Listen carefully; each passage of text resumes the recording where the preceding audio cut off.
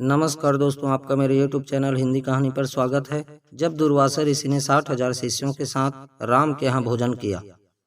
एक समय जब श्री रामचंद्र जी का दर्शन करने के लिए अपने 60,000 शिष्यों सहित दुर्वासा ऋषि अयोध्या को जा रहे थे, तब मार्ग में जाते हुए दुर्वासा ऋषि ने सोचा कि मनुष्य का रूप धारण किए हुए यह तो विष्णु जी ही संसार में अवतीर्ण हुए हैं, यह तो मैं जानता हूँ, किंतु संसारी जनों को आज मैं उनका पौरुष दिखलाऊंगा। अपने मन में ऐसा विचार करते हुए वह अयोध्या आए और नगरी में प्रवेश कर सबको साथ लिए भगवान के भवन के 8 चौकों को लांघकर पहले सीता जी के भवन में पहुंचे। तब शिष्यों सहित दुर्वासा जी को सीता जी के द्वार पर उपस्थित देख पहरेदारों ने शीघ्रता से दौड़कर श्री रामचंद्र जी को इसकी सूचना दी। यह सुनते ही भगवान राम मुनि दुर्वासा के पास आ पहुंचे और प्रणाम कर सबको बड़े आदर सहित भवन के भीतर ले गए तथा बैठने के लिए सुंदर आसन दिया। तब आसन पर बैठते ही दुर्वासा ने मधुर वचनों में श्री रामचंद्र जी से कहा कि आज 1000 वर्ष का मेरा उपवास व्रत पूरा हुआ है, इस कारण मेरे शिष्यों सहित मुझे भोजन कराइए और इसके लिए आपको केवल 1 मुहूर्त का समय देता हूँ। साथ ही यह भी ज्ञात रहे कि मेरा यह भोजन जल, धेनु और अग्नि की सहायता से प्रस्तुत न किया जाए। केवल 1 मुहूर्त में ही मेरी इच्छा अनुसार वह भोजन जिसमें विविध प्रकार के पकवान प्रस्तुत हों मुझे प्राप्त हो।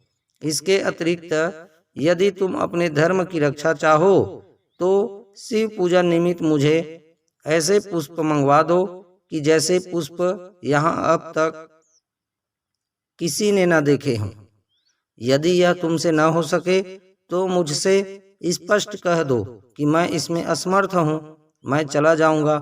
तब मुनि की इस बात को सुनकर श्री रामचंद्र जी ने मुस्कुराते हुए नम्रता से कहा, भगवान मुझे आपकी यह सब आज्ञा स्वीकार है। तब राम की बात सुनकर दुर्वासा ऋषि ने प्रसन्न होकर कहा, मैं सरयू में स्नान करके अभी तुम्हारे पास आता हूँ, शीघ्रता करना। हमारे लिए सब सामग्रियों को प्रस्तुत करने के लिए अपने भाइयों तथा सीता जी को शीघ्रता के लिए कह देना।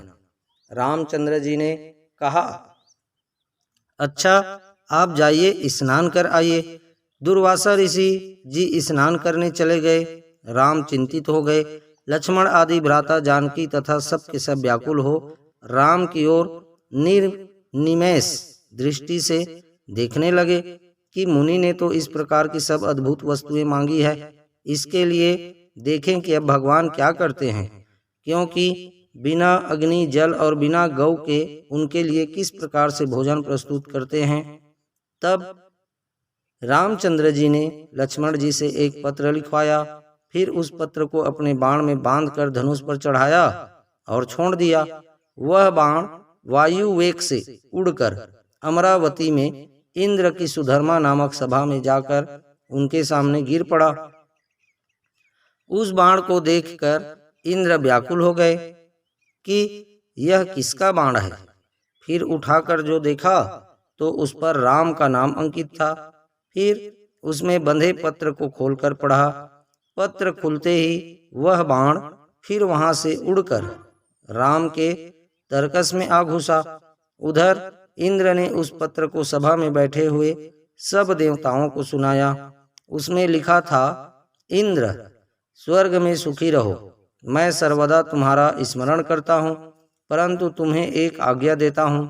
आज 1000 वर्ष के भूखे हुए दुर्वासा मुनि अपने 60,000 शिष्यों के साथ मेरे यहाँ आए हैं। वे ऐसा भोजन चाहते हैं जो गौ, जल अथवा अग्नि के द्वारा सिद्ध न किया हो। इसके साथ ही उन्होंने शिव पूजन के लिए ऐसे पुष्प मांगे हैं जिन्हें कि अब तक मनुष्यों ने न देखा हो। मैंने उनकी यह मांग स्वीकार कर ली है। वह सरयू में स्नान करने गए हैं, इसलिए तुम शीघ्र ही कल्प वृक्ष और पारिजात जो क्षीर सागर से निकले हैं क्षण मात्र में मेरे पास भेज दो। इसके लिए रावण के संहारक मेरे बाणों की प्रतीक्षा मत करना।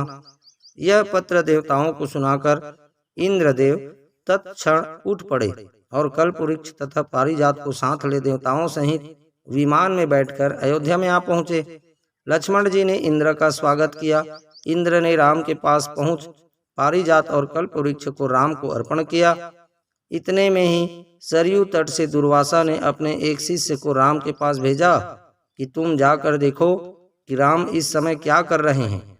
मैंने जो आज्ञा दी है उसके अनुसार कुछ अन्न अब तक बना है कि नहीं।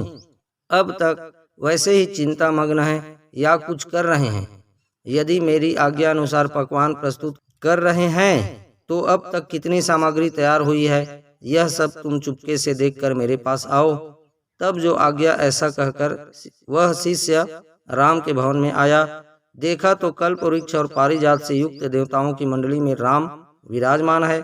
यह देखकर उस शिष्य ने शीघ्र ही दुर्वासा के पास जाकर वह समाचार कह सुनाया। शिष्य की यह बात सुनकर दुर्वासा को आश्चर्य हुआ। स्नान कर शिष्यों को साथ ले दुर्वासा ऋषि श्री रामचंद्र जी के सुंदर भवन में आ पहुंचे। दुर्वासा ऋषि जी को आया देख देवताओं सहित राम ने उठकर उन्हें तथा उनके सब शिष्यों को बड़े आदर के साथ प्रणाम किया और उत्तम आसन पर बिठाकर सीता तथा लक्ष्मण आदि के साथ उनकी पूजा की। फिर जिन पुष्पों को मनुष्यों ने अब तक नहीं देखा था, शिव पूजन हेतु पारिजात के उन पुष्पों को राम ने दुर्वासा के समक्ष प्रस्तुत किया। उन पुष्पों को देख मुनि दुर्वासा ने एक बार तो आश्चर्य किया, किंतु मौन भाव से उन्हें ग्रहण कर शिव जी तथा अन्य देवताओं की उन पुष्पों से पूजा की। फिर उसी क्षण श्री रामचंद्र जी ने लक्ष्मण तथा सीता आदि को सब भोजन परोसने की आज्ञा दी। तब दिव्य अलंकारों से विभूषित सीता ने कल्पवृक्ष और पारिजात की पूजा कर अनेक पात्रों को लाकर उनके नीचे रख दिया और वह प्रार्थना करती हुई इस प्रकार बोली कि हे क्षीर सागर से उत्पन्न होने तथा देवताओं के मनोरथों को पूर्ण करने वाले कल्पवृक्ष, आज शिष्यों सहित हमारे यहाँ आए हुए दुर्वासा ऋषि को तुम संतुष्ट कर दो। तब सीता जी के इस प्रकार कहते ही कल्पवृक्ष ने पल मात्र में वहां रखे हुए करोड़ों पात्रों को अनेक प्रकार की खाद्य सामग्रियों से पूर्ण कर दिया। फिर तो उन सब अन्नों को उर्मिला सहित सीता ने सुवर्ण के पात्रों में रख कर दुर्वासा के समक्ष परोस दिया। फिर तो रामचंद्र से निवेदित दुर्वासा ने अपने शिष्यों के साथ बड़े प्रेम से वह सब भोजन किया। फिर हाथ मुंह धो तांबूल तथा दक्षिणा ली। मित्रों, आपको यह कथा अच्छी लगी तो लाइक और शेयर अवश्य करें। जय जय श्री सीताराम। दोस्तों, नई और अच्छी मोटिवेशनल, पारिवारिक, रोचक, दिल छू लेने वाली कहानियों और पौराणिक धार्मिक कथाओं को जानने के लिए आप मेरे YouTube चैनल हिंदी कहानी को सब्सक्राइब अवश्य करें, ताकि जो भी वीडियो अपलोड करूं वो सबसे पहले आपके पास पहुंचे। धन्यवाद। आप हमेशा खुश रहें, मुस्कुराते रहें। जय जय श्री सीताराम।